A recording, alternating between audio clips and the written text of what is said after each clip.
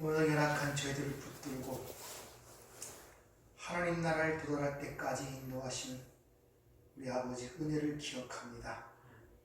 힘들고 어려울 때마다 세상을 바라보고 내 자신을 바라보는 저희가 아니라 나와 함께 하시고 나를 보호하시고 인도하시는 우리 하나님을 바라볼 수 있는 믿음의 눈을 저희들에게 허락하여 주시옵소서. 오늘 말씀을 통하여 우리가 변화받기를 원합니다. 닫힌 눈들이 열리고 귀가 열리길 원합니다. 오늘 말씀을 통해 새롭게 보는 하나님의 놀라운 은혜를 저희들에게 허락하여 주시옵소서. 예수님 이름으로 기도하옵나이다. 아멘.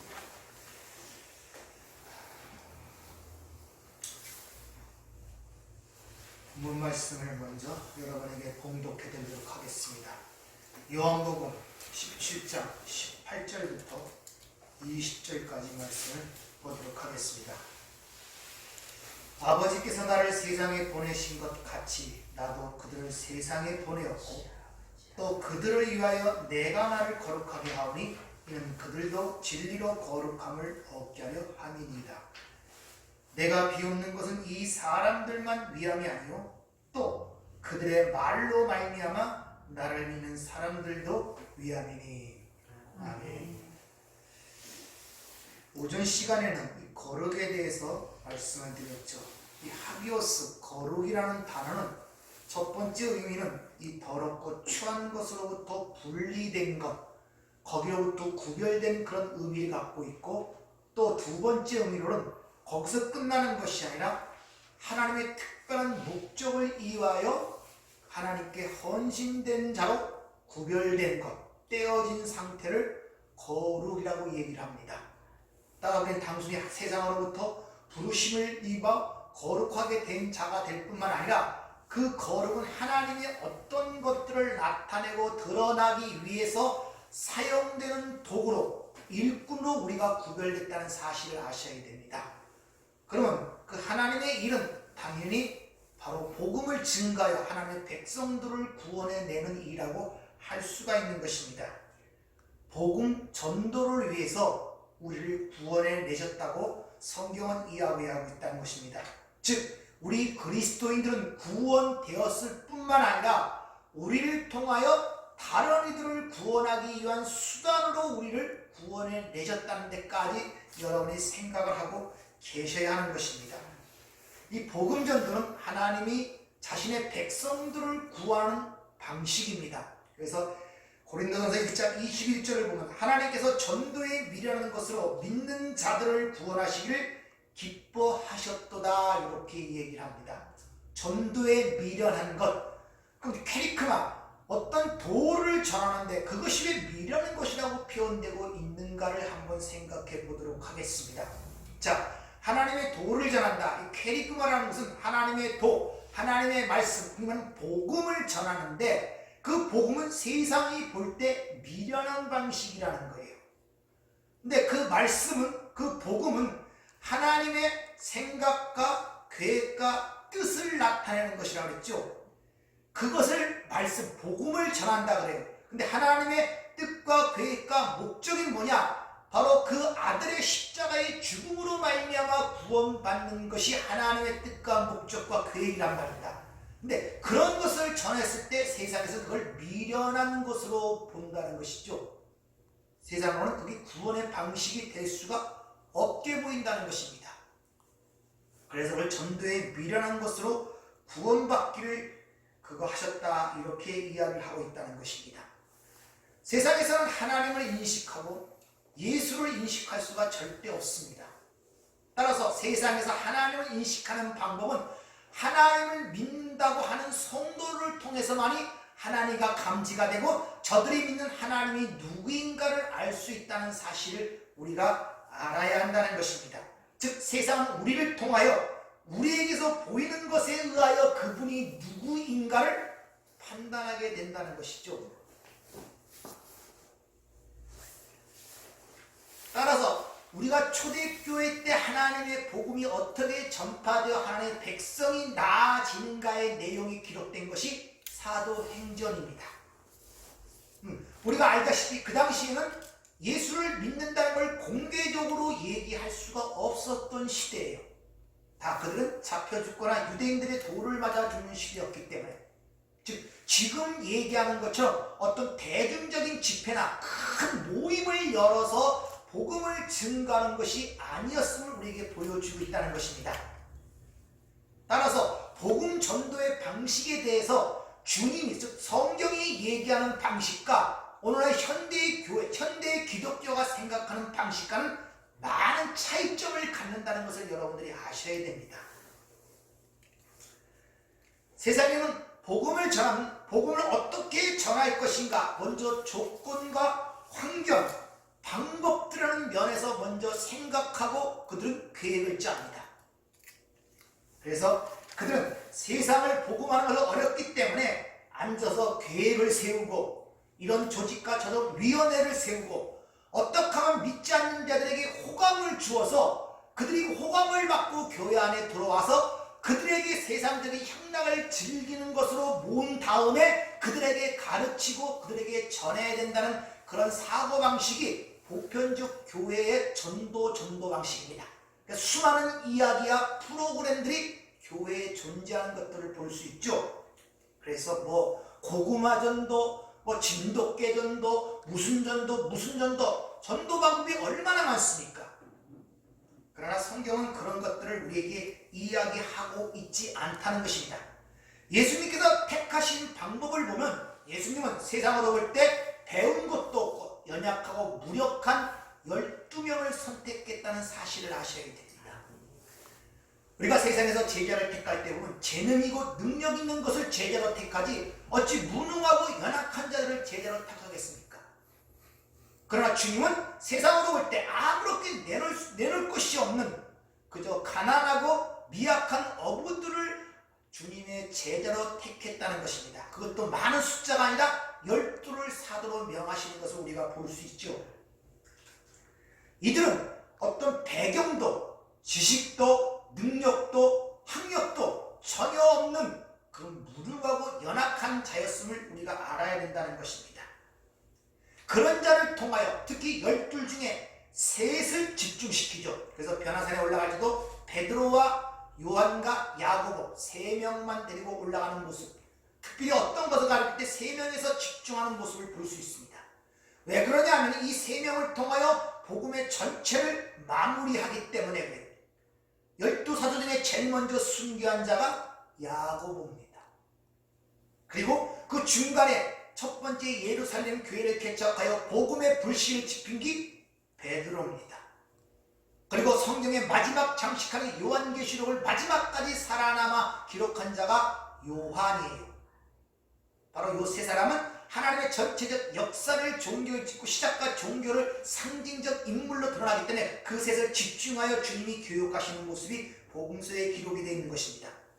자, 그러면 그렇게 세상으로 볼 때 무능하고 연약하고 배경도 없는 그들을 어떻게 하나님이 사용하시는가? 그래서 하나님이 그들을 사용하기 위해서 하신 방법은 딱 하나입니다. 그들을 거룩하게 만들었다는 것입니다. 왜? 하나님이 어떤 것들을 전하기 전에 오전에 말씀드린 것처럼 옛사람으로서 그걸 받아들이면 다 왜곡되어 나갑니다.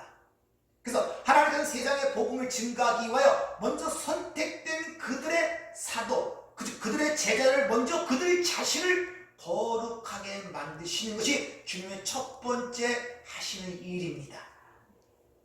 따라서 우리가 예수를 믿고 하나님께서 제일 먼저 하시는 일은 우리를 통해 어떤 일을 하기 전에 먼저 나를 하나님께로 구별된 자로 만들어 가시는 게 하나님의 첫 번째 일이에요. 여러분에게 집중하신단 말입니다. 여러분 자신을 거룩하게 만들어 간단 말입니다. 그래야 하나님이 사용하실 수가 있기 때문에 그래요. 제가 늘상 말씀드린 것 같지만 내가 변하지 않고는 상대의 변화를 이끌어낼 수 없다는 사실을 여러분이 분명하게 인식을 하셔야 돼요. 절대 내가 변하지 않고는 상대를 변화시킬 수가 없습니다. 내가 먼저 변해야 돼요. 그래서 하나님은 먼저 하나님께서 쓰실 그 제자들을 먼저 집중하시고 그들을 거룩하게 만들어 내신다는 것입니다. 그런 예가 구약에도 많이 보여지죠. 여러분이 기드온과 300명의 용사의 이야기가 사사기에 기록이 되어 있습니다. 기드온이 32,000명이라는 용사를 모으죠. 근데 하나님께서 그들을 다 돌려보내시고 300명만 남게 하십니다. 그리고 전쟁한 그들에게 세상이 좋아하는 어떤 무기, 좋은 무기를 손에 들려 보내는 것이 아니라 항아리, 횃불, 나팔을 들려 전쟁터에 보내세요. 이게 얼마나 우스꽝스러운 이야기예요.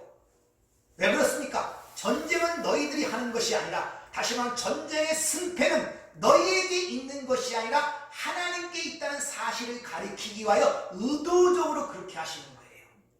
니들이 의지하는 것들을 다 꺾고 니들이 상상할 수 없는 방식으로 우리를 세상에 보내시는 것입니다.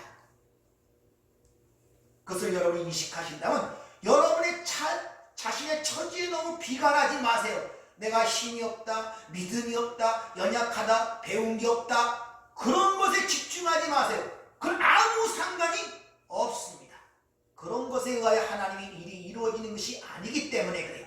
여러분이 하나님께 구별된 자인가, 헌신된 자인가, 내가 하나님의 거룩하심 속에 있는 자인가, 하나님 쓰시기에 합당한 도구가 되어 있는가에 집중을 하셔야지 이 세상이 추구하는 어떤 재주나 능력이나 그런 데 여러분이 관심을 가지시면 안 된다는 것입니다. 그래서 그 어린 나이에 다윗에게, 그 사울왕도 벌벌 떠는 골리앗에게 보낼 때 물맷돌 5개를 돌려보내는 거예요.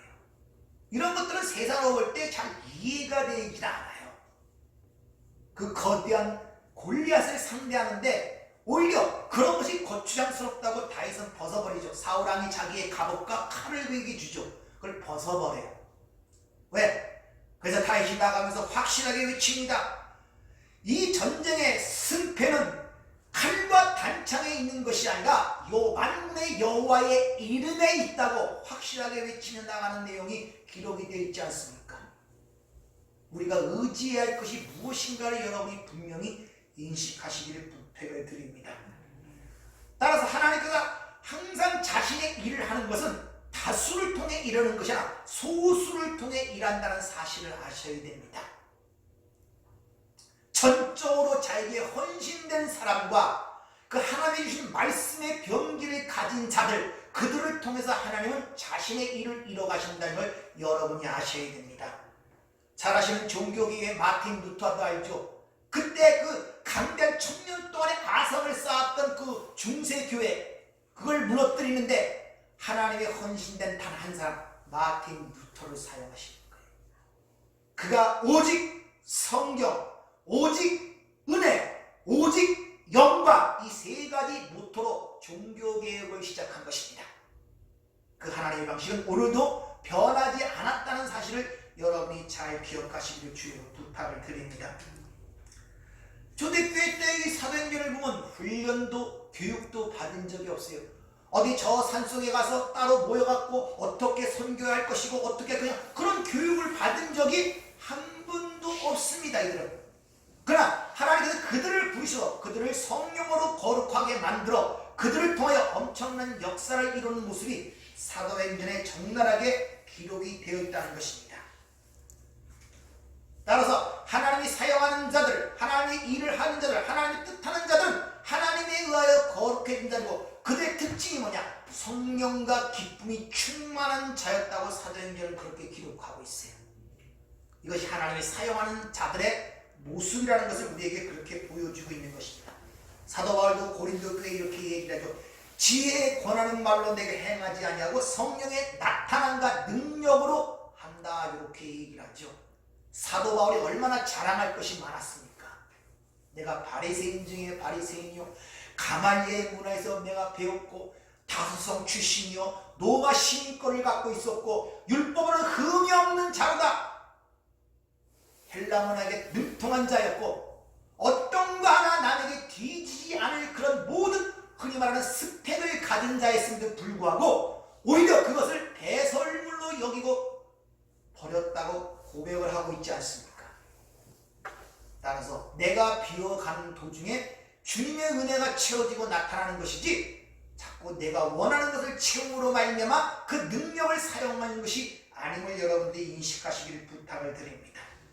따라서 복음 전도라는 것은 먼저 그 전도를 하는 사람의 거룩하게 돼야 되고 성령으로 충만하고 하나님의 기쁨의 영으로 충만한 자들이 그 하나님의 역사를 이룬다는 사실을 여러분이 잘 기억하시길 부탁을 드립니다. 따라서 우리는 언제나 이 쓰임받는 사람들처럼 자신 그분에게도 우리가 구별되고 헌신된 자들이 되어야 되고 그들이 하나님이 마음껏 사용할 수 있도록 내 자신을 비워 그분의 도구로 되어질수록 나를 비워나가는 것, 즉 자기 부인이 일어나는 것, 또 다른 말로 내가 약할 때 주님이 강하다는 말씀 속에 그런 자들을 통해서 하나님의 역사가 일어난다는 것을 여러분이 잘 이해하시길 부탁을 드립니다. 이 시대는 사람들은 목사의 설교에 그렇게 관심을 기울이지 않습니다. 왜? 육에 속한 사람은 그런 것들을 알아듣지도 못하고 관심도 없기 때문에 그래요. 따라서 그들은 어떤 데 관심을, 그렇게 하나님을 믿고 예수를 믿는 자들의 삶이 어떠한가에 관심을 갖게 돼요. 따라서 우리의 육신이 하나님의 말씀화가 되어 살지 못한다면, 다시 말하면 우리의 삶이 하나님의 뜻과 계획을 드러내지 못하는 삶이 된다면 그들은 우리의 삶을 통하여 하나님을 보지 못한다는 것입니다. 우리가 전하는 메시지가 삶에 구체화되어 삶으로 보여주지 못한다면 그것이 아무런 영향을 끼치지 못하는 것입니다. 그래서 기독교가 1200만이니 교회가 2만이라는 이 엄청난 이 나라의 교회가 그 많고 그 많은 건물들이 있지만 세상에 영향을 끼치지 못하는 이유가 바로 거기 있는 것입니다. 한번 생각들 해보세요. 항상 우울하고 비참하고 기쁨이 없는 그 사람의 삶 속에서 어떤 예수를 세상에서 보겠습니까? 그리고 세상이 추구하는 어떤 그것과 성도란 사람이 추구하는 그것과 별반 다르지 않고 세상 사람들이 그런 것들에 의하여 희노애락이 왔다 갔다 하는 것처럼 역시 예수를 믿는 그들도 그것에 의하여 희노애락이 왔다 갔다 하면 그들과 우리가 별반 다르지 않다는 것을 그들은 모르겠습니까? 그럼에도 불구하고 내가 예수 믿는다고 거룩하다고 하니 그들로부터 비난과 조롱을 받는 거예요. 우리는 이런 문제들을 잘 인식을 하셔야 된다는 것입니다. 우리가 들은 복음전도, 복음은 말 그대로 기쁜 소식 아닙니까? 기쁜 소식. 여러분 진짜 기쁜 소식을 들었습니까? 근데 여러분이 그 기쁜 소식을 들은 삶이 됩니까 지금? 이런 문제들을 질문해요.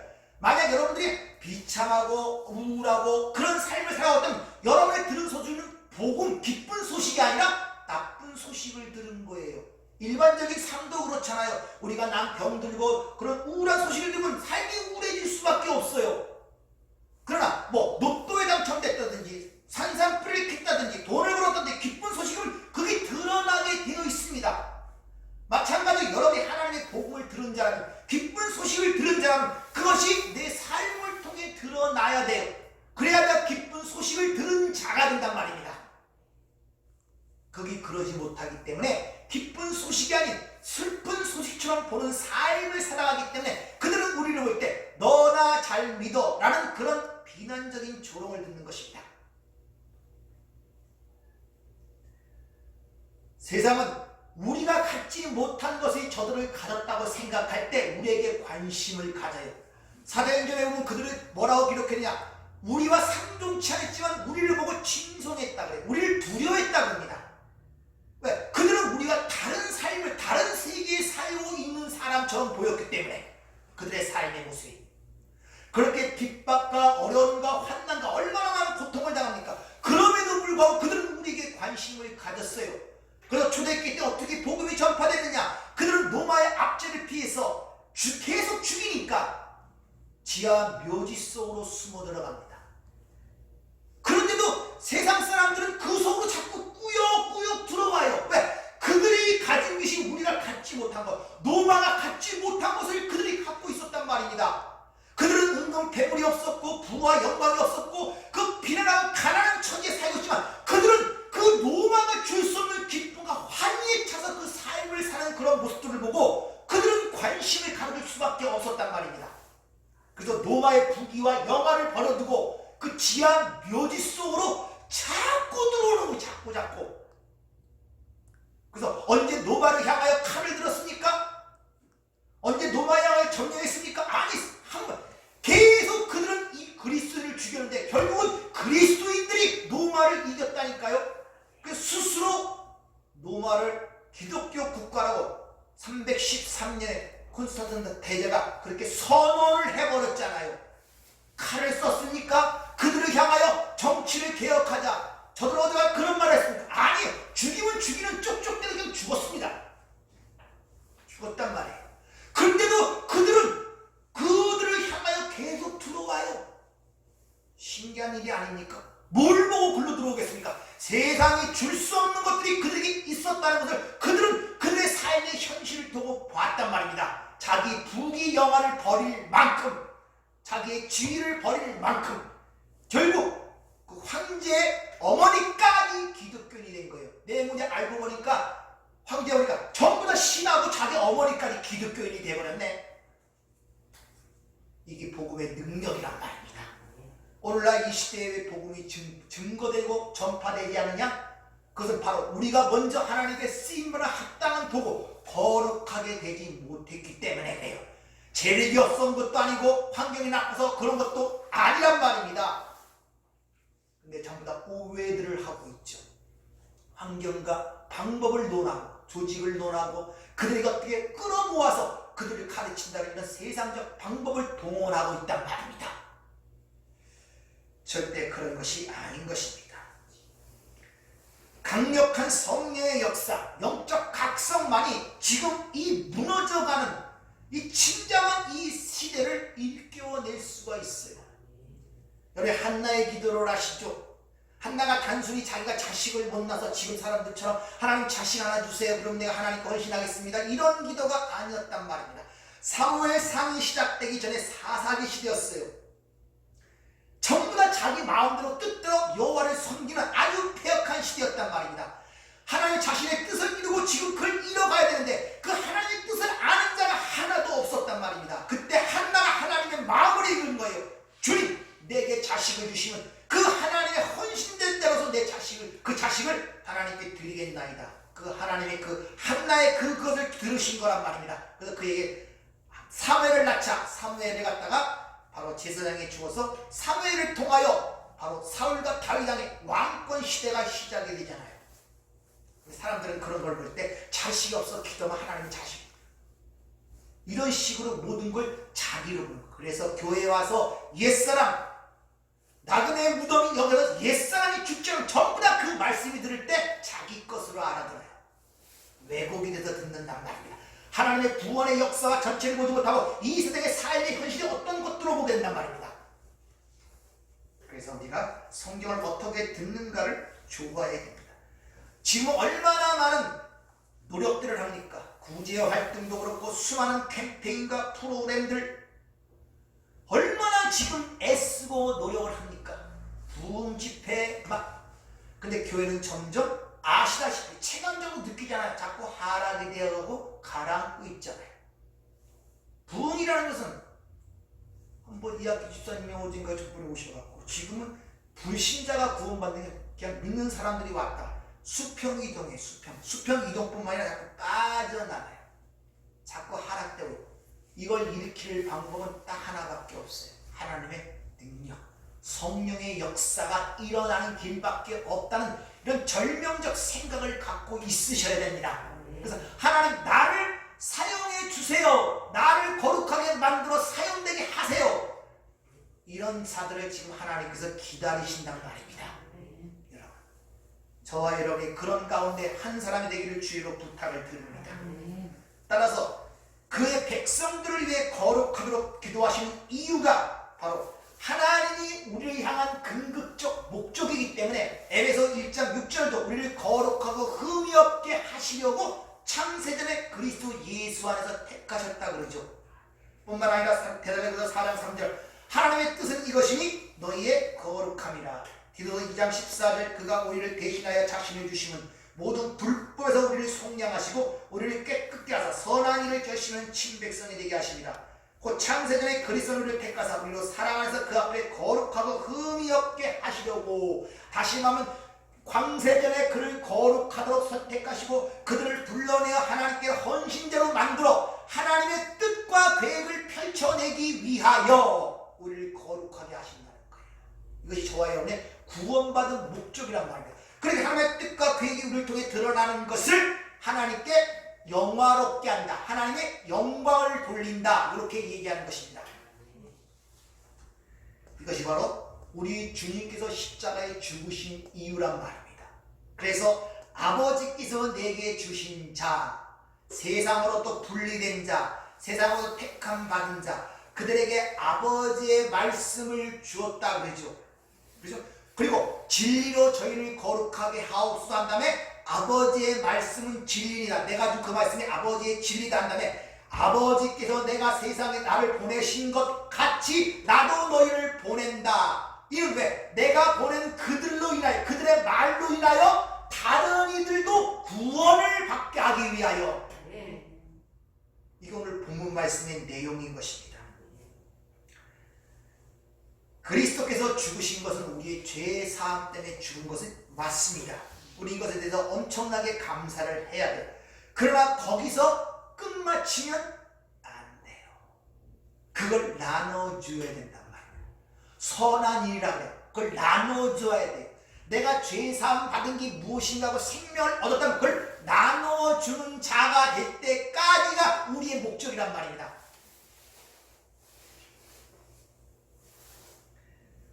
여기서 몇 가지 위험한 생각들을 하는데, 의롭다함과 거룩함을 분리시켜 생각하시면 안 돼요. 거룩하고 되지 않고는 절대 의롭다함을 받을 수가 없습니다. 아시겠습니까?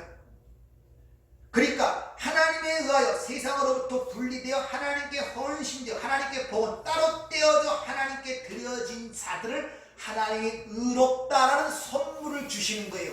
믿음을 선물로 주셔서. 그러니까 둘은 절대 떨어질 수가 없고, 사실 거룩이라는 것이 하나님의 구원의 역사, 경륜 속에서 본다면 이미 우리는 이 땅에 태어날 때부터 그 과정이 시작이 된 것입니다. 근데 죄인을 갖고 죄된 세상에 보낸 것은 그것이 무엇인가를 알고 경험하고 너희가 그것이 깨닫도록 하기 위해서 먼저 거기에 던져진 다음에, 그때는 우리가 그게 뭔지 인식을 못하고 그게 세상이고 그것이 나의 삶인 줄 알고 살고 있잖아요. 근데 하나님께서 빛으로 우리 안에 뚫고 들어오고 진리에 뚫고 들어오니까 그것이 무엇인가를 깨닫게 되네요.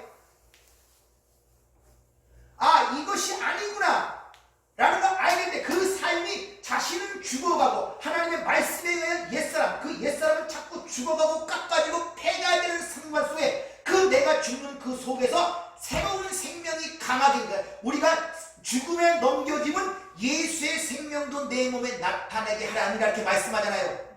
그 과정을 동시에 우리가 경험하는 그 삶의 모습이 바로 사람들, 하나님의 선택된 백성들이 그 삶의 모습을 보고 하나님께 돌아온단 말입니다. 우리가 예수의 산 모습, 예수의 삶을 따라가는 자, 그걸 받으려고 해요. 그 예수의 삶이 공생애 동안 어떻게 살았습니까? 부자 안에서 살았습니까? 세상에 성공해 살았습니까? 근데 우리는 그것을 통하여 구원받지 않습니까? 따라서 우리가 이 땅에 추구하는 성공하고 잘나서 똑똑하고 병이 낫고 뭐 그런 걸 해갖고 그런 걸 보고 오는 자는 정말 잘못된 걸 보고 온단 말입니다. 물론 첫 번째는 보는 것으로 올 수도 있지만 그것이 거기서 끝나면 안 된단 말이에요. 근데 우리가 예수의 그런 세상으로 아무것도 이해할 수 없고 미련하게 보이고 어리석게 보이는 그런 삶을 어떤 사람이 봤을 때 저기 진정한 삶이라는 걸 알고 오는 그들이 바로 하나님의 택한 백성들이란 말입니다. 그러니까 여러분들은 여러분의 자신을 중심으로 내가 얼마큼 거룩해지고 하나님께 성별되어 가는가에 관심을 갖고 살아가면 거기에 초점을 맞춰야지, 내가 저 사람에게 어떻게 보여야 저 사람이 호기심을 갖고 나에게 올 것인가에 초점을 맞추시면 안 된단 말이에요. 그럼 그들이 요구하는 곳에 내가 자꾸 삶이 투자가 돼야 돼요. 그들은 요구하는 것은 알지도 알지 못하기 때문에 뭡니까? 세상 것을 요구하잖아요. 그러니까 자꾸 뭘 주기를 원하고 보여지기를 원하잖아요. 이런 것들이 성경을 왜곡시키고 어려움을 만들어낸다는 것을 여러분들이 아셔야 됩니다. 우리의 지혜와 의로우심과 거룩함과 부족함이 되셨다고 고린도서 1장 30절에 얘기합니다. 예수가 우리의 거룩함이 되셨고 그 예수가 우리의 연합이 됨으로 말미암아 이미 거룩한 자가 되었어요. 믿습니까? 우리가 그 거룩한 자가 되었기 때문에 거룩한 자로 만들어가는 과정 속에 있단 말입니다. 거룩해졌기 때문에 의롭게 된 것, 착하게 선하게 살았기 때문에 의롭다 인정을 받은 것이 아니라 이미 거룩한 자가 되었기 때문에 의롭다고 했다. 근데 그것이 뭔가를 체험과 경험을 통해 알아가야 된단 말입니다. 그래서 우리가 하나하나 그런 것을 깨달아갈 때, 아, 내가 거룩하거든요. 전부 다 하나님의 은혜고 이런 것들을 깨달을 때 거기에 하나님의 은혜와 사랑이 보여지게 되잖아요. 그럴 때 그것을 그 은혜를 찬송케 하려 함이니라. 이렇게 에베소 1장에서 우리에게 구원의 목적을 또 그렇게 설명하시는 것을 볼 수 있죠. 따라서 우리는 나로부터 출발하는 모든 걸 내려놔야 됩니다. 사도행전 22장에 보면 사도 바울이 그렇게 하나님의 열심을 위해 사는 것이 예수 그리스도를 믿는 자를 잡아다가 죽이는 것이 사명인 줄 알고 얼마나 열심을 부립니까? 그것이 예수 하나님 믿는 일인 줄 알았다니까요. 그 다메섹 선상에서 부활하시고 영광을 받으신 주님을 만나죠. 그때 눈이 멀은 상태에서 뭐라고 이 사도 바울이 고백합니까? 주여 나에게 무엇을 원하시나이까? 바뀐 거예요. 그렇게 질문이 시작이 돼야 돼. 진리는 하나님의 뜻과 계획과 생각만이 진리이기 때문에 그 진리도 거기로부터 출발되는 것만이 진리란 말입니다. 내 생각과 내 판단과 내 고집과 내 어떤 것들에 의하여 출발되는 진리가 아니란 말입니다. 왜? 하나님의 말씀만이 영원하기 때문에, 진리만이 영원하기 때문에, 하나님의 뜻만이 영원하기 때문에 나로부터 출발하면 안 돼요. 나로부터. 이 받기가 쉽지 않지만 부단히 말씀을 통해 노력을 하셔야 돼요. 자꾸 생각하는 관점을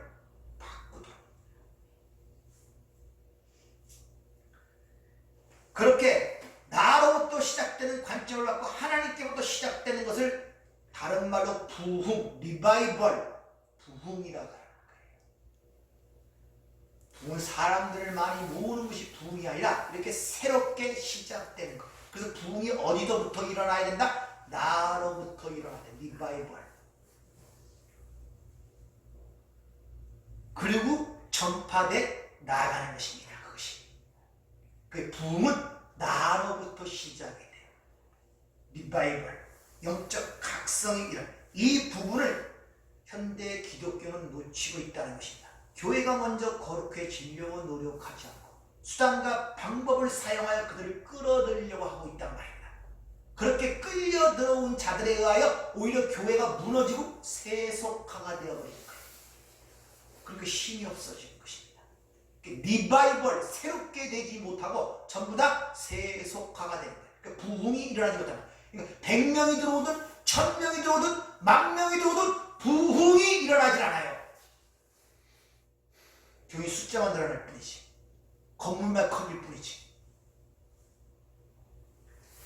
우리가 하나님을 경외할 때, 우리가 경건하고 우리가 주 예수 그리스도와 같이 될 때 바로 그럴 때만이 거기서 리바이벌, 부흥이 일어나는 것입니다. 그래서 교회사를 보면 부흥이 일어날 때마다 근데 어떤 일을 해서 부흥이 일어난 것이라 진짜 참 그리스도인이 되니까 자연적으로 그것이 퍼져나가더란 말이에요. 그냥 가서 사람을 모으라고 안 해도 그냥 자꾸 들어와요. 하나님이 하시는 일이 그렇단 말입니다. 그래서 오늘 주님의 기도의 내용을 좀 의역을 한다면 저희로 나와 같이 만들어서 그들 이 세상에 있는 사람들 가운데서 당신을 영원롭게 하는 데 사용될 수 있도록 하옵소서. 내가 당신에게 거룩하게 되어 내 몸을 당신에게 바친 것처럼 저들도 그렇게 거룩하게 만들어 하나님 당신을 위해 그들을 바칠 수 있도록 사용하소서라는 기도란 말입니다. 이것이 내가 나를 거룩하게 하오니 저들을 위해 내가 나를 거룩 저들로 거룩하게 하옵소서라는 그런 말씀의 의미가. 따라서 오늘 이 시간, 오늘 이 복음 전도라는 이 말을 통해서 우리가 한번 생각해 볼 필요가 있습니다. 그래서 하나님의 백성들, 선택된 백성들에게 지칭하는 명칭들이 몇 가지가 있는데, 그 중에서 오늘 하기오스, 거룩, 즉 성도라는 말을 생각해요. 여러분 성도입니까? 또 그리스도에게 속한 자라는 의미로 그리스도인입니까?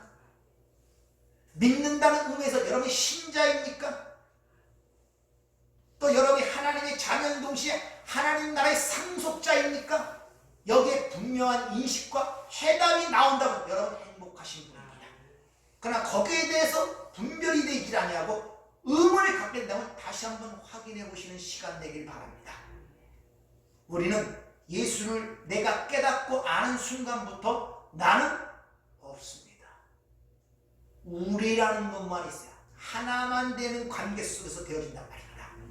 그래서 주님께서 앞서서 아버지와 내가 하나가 된 것 같이 저들도 우리와 하나가 생각되듯이 하나가 되게 하옵소서. 이렇게 기도하시는 이유가 바로 거기 있는 것입니다. 하나님이 이런 가운데 우리를 다시 말하면 거룩하게 만들어 가기 위해서 다양한 방법들을 사용하시는 것 중에 하나가 바로 오늘날 같은 코로나 같은 이런 사태도 여러분이 잘 보고 이해하고 깨달으면 여러분이 엄청난 신앙적 성장을 이룰 뿐만 아니라 하나님의 시각을 볼 수 있는 여러분의 눈이 열리는 그런 은혜가 있다는 사실을 기억하시고, 너무 두려워하거나 낙마하거나 절망하거나 당하거나 불안해하거나 두려워하지 마시길 주의로 부탁을 드립니다. 기도하겠습니다. 은혜롭고 자비로우신 아버지 하나님, 우리가 복음 전도에 사용되는 도가 되기 전에 먼저 하나님께서 우리를 거룩하게 만들어 대야 된다는 것을 우리가 오늘 이 시간 배웠습니다. 다시 한번 하나님의 말씀을 통하여 우리를 살펴볼 수 있는 좋은 시간 되게 도와주셨사오니 우리 주의 쓰임받은 진정 사용될 수 있는 도구로 만들어서 이 마지막 때 생명구와 즉 복음 전하는 일에 쓰임받는 도구로 저희들을 축복하여 주시옵소서. 예수님 이름으로 기도하옵나이다. 아멘.